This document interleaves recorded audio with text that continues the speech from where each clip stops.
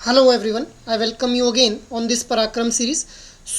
जैसा कि हम लोग जानते हैं, पराक्रम सीरीज़ के थ्रू हम लोग एमसीक्यू फॉर्मेट के अंदर जो है वो अपने डिटेल्ड सिलेबस को डिस्कस करने की कोशिश कर रहे हैं। तो आज के इस सेशन में we will be covering chapter 3, that is applicability of retail banking concepts. इसका हम पार्ट 1 जो है वो डिस्कस करेंगे। So let's get started. So your question is, under which modular structure different process models are available for different products. So your options are horizontally organized model, vertically organized model, predominantly horizontally organized model या फिर predominantly vertically organized model.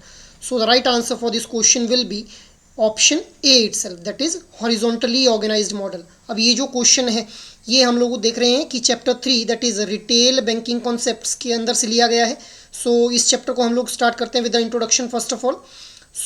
हम लोग ये देख रहे हैं कि retail banking के अंदर हम लोगों को जो है वो डे बाय डे बेसिस के ऊपर ग्रोथ देखने को मिल रही है with the advent of technology itself. Technology जैसे जैसे अपग्रेड हो रही है वैसे वैसे रिटेल बैंकिंग के अंदर ग्रोथ हम लोगों को देखने को मिल रही है। हम लोग देख पा रहे हैं कि मल्टीपल प्रोडक्ट्स जो है वो एमर्ज हो रहे हैं in the retail banking particularly, जैसे लोन्स, कार्ड्स, इंश्योरेंस या फिर इन्वेस्टमेंट रिलेटेड प्रोडक्ट्स। अब इन प्रोडक्ट्स को जो है वो मल्टीपल चैनल्स के थ्रू जो है वो डिस्ट्रीब्यूट किया जा रहा है with the help of technology, that is call centre, branches और इसके अलावा इंटरनेट या फिर मोबाइल बैंकिंग के थ्रू। अब इन मल्टीपल प्रोडक्ट्स को मल्टीपल चैनल्स के थ्रू मल्टीपल कस्टमर ग्रुप्स तक जो है वो पहुंचाया जाना है। कस्टमर्स के जो ग्रुप्स हैं उसके अंदर कंज्यूमर्स, हमारे एंड कंज्यूमर्स आ जाते हैं, स्मॉल बिजनेसेस, इसके अलावा कॉरपोरेट्स, जो हमारे स्मॉल कॉरपोरेट्स रहते हैं वो भी हमारे रिटेल बैंकिंग का ही पार्ट बनते हैं। अब हम लोग बात कर लेते हैं इम्प्लीमेंटेशन मॉडल के बारे में कि किस तरह से जो है वो इम्प्लीमेंटेशन की जाती है रिटेल बैंकिंग के जो भी प्रोडक्ट्स और सर्विसेज हैं उनके रिलेटेड। इम्प्लीमेंटेशन मॉडल के अंदर हम लोगों को दो तरह के मॉडल्स देखने को मिलते हैं, आउटसोर्सिंग मॉडल और इनसोर्सिंग मॉडल। आउटसोर्सिंग क्या है? Outsourcing is an agreement in which one company hires another company to be responsible for a planned और एग्जिस्टिंग एक्टिविटी। मतलब जैसे एग्जांपल के तौर पे अगर मैं बात करूं, suppose Myntra is a e commerce platform. Myntra का जो मेन बिजनेस है that is with respect to the clothes itself. Myntra अपने जो भी कस्टमर केयर रिलेटेड जो भी इश्यूज़ या क्वेरीज रहती हैं उनको जो है वो आउटसोर्स कर सकता है एक थर्ड पार्टी को। ये हम लोगों ने एक एग्जांपल के थ्रू आउटसोर्सिंग को समझने की कोशिश की। अब ये जो आउटसोर्सिंग मॉडल रहता है ये तीन तरह का हम लोगों को देखने को मिलता है, end to end, predominant and partial outsourcing. अब एंड टू एंड जो आउटसोर्सिंग रहती है उसके अंदर सारे ही प्लैंड और एग्जिस्टिंग एक्टिविटीज़ को जो है वो आउटसोर्स कर दिया जाता है एक थर्ड पार्टी को। इसके अलावा प्रीडोमिनेंटली जो मॉडल रहता है, प्रीडोमिनेंट मॉडल के अंदर जो एक ऑर्गेनाइजेशन है वो अपने सिर्फ कोर बिजनेस के ऊपर जो है वो फोकस करती है और रेस्ट और जो भी सेकेंडरी इसके प्रोडक्ट्स या सर्विसेज रहते हैं उनको आउटसोर्स कर दिया जाता है।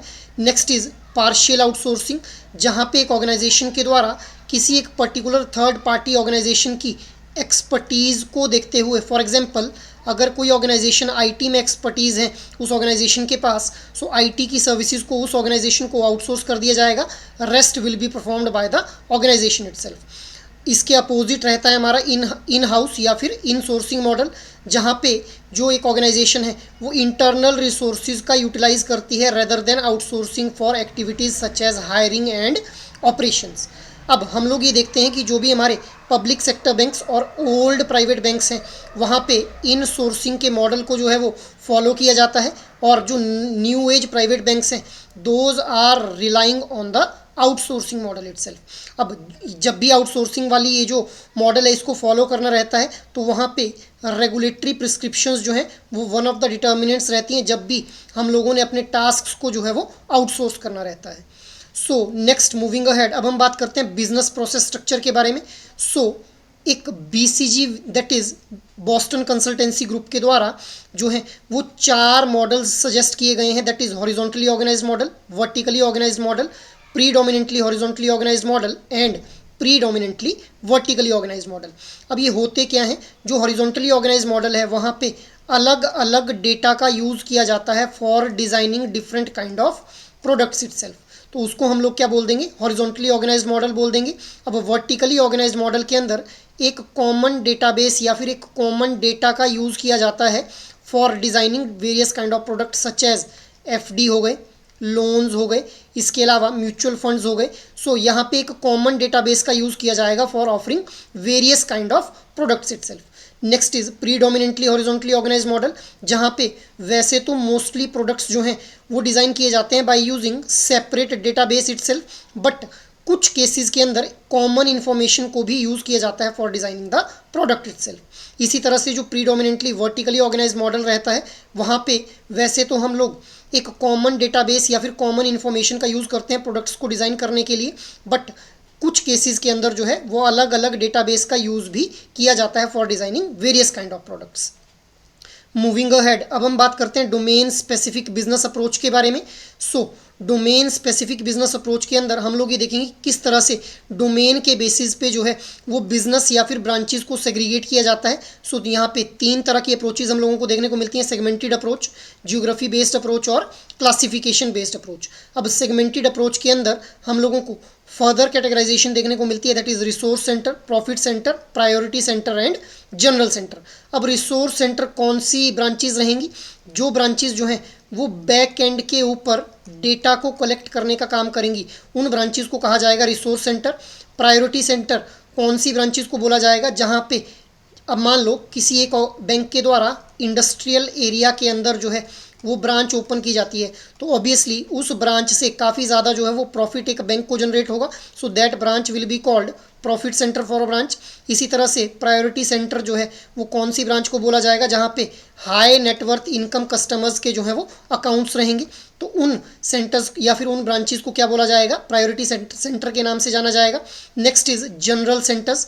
अब जनरल सेंटर्स जो हैं वो ब्रांचेज रहेंगी जिनका यूज़ हम लोग जो है वो मास अपने कस्टमर्स तक पहुंचने के लिए करेंगे, या फिर हम लोग बोल सकते हैं कि अपनी रीच को बढ़ाने के लिए जो है वो बैंक्स के द्वारा किया जाता है। तो उन ब्रांचेस को हम लोग क्या बोल देते हैं? जनरल सेंटर्स का नाम दे देते हैं। Moving ahead, next is geography based approach. अब जियोग्राफी बेस्ड अप्रोच के अंदर हम लोग जो हैं वो रीजन या फिर स्टेट के बेसिस पे जो है वो अपनी ब्रांचेस को सेग्रीगेट कर देते हैं, जैसे नॉर्दर्न इंडिया की ब्रांचेस, सदर्न इंडिया की ब्रांचेस, ईस्टर्न इंडिया की ब्रांचेस और वेस्टर्न इंडिया की branches. Moving ahead, next is classification based approach, जहाँ पे कौन सी ब्रांच कौन से एरिया में लोकेटेड है उसके बेसिस के ऊपर जो है ब्रांचेस को सेग्रीगेट किया जाएगा। फॉर एग्जांपल अगर कोई ब्रांच रूरल एरिया में है तो उसको रूरल ब्रांच कहा जाएगा, सेमी अर्बन वाली को सेमी अर्बन ब्रांच कहा जाएगा, और अगर कोई ब्रांच अर्बन या फिर मेट्रोपॉलिटन एरिया में है तो उन्हें अर्बन और मेट्रोपॉलिटन ब्रांचेस कहा जाएगा। Now there is a homework question for you guys. New age private banks majorly relies on outsourcing model, insourcing model, both A and B, या फिर none of the above. So try to answer out this question guys. So that is all for today's discussion. I hope ये session आप लोगों को अच्छा लगा हो। अगर ये सेशन आप लोगों को अच्छा लगा है तो इस सेशन को लाइक, शेयर और सब्सक्राइब कर लें, और अगर आपकी कोई भी क्वेरी है तो you can mail us on hello@edutap.co.in। जय हिंद।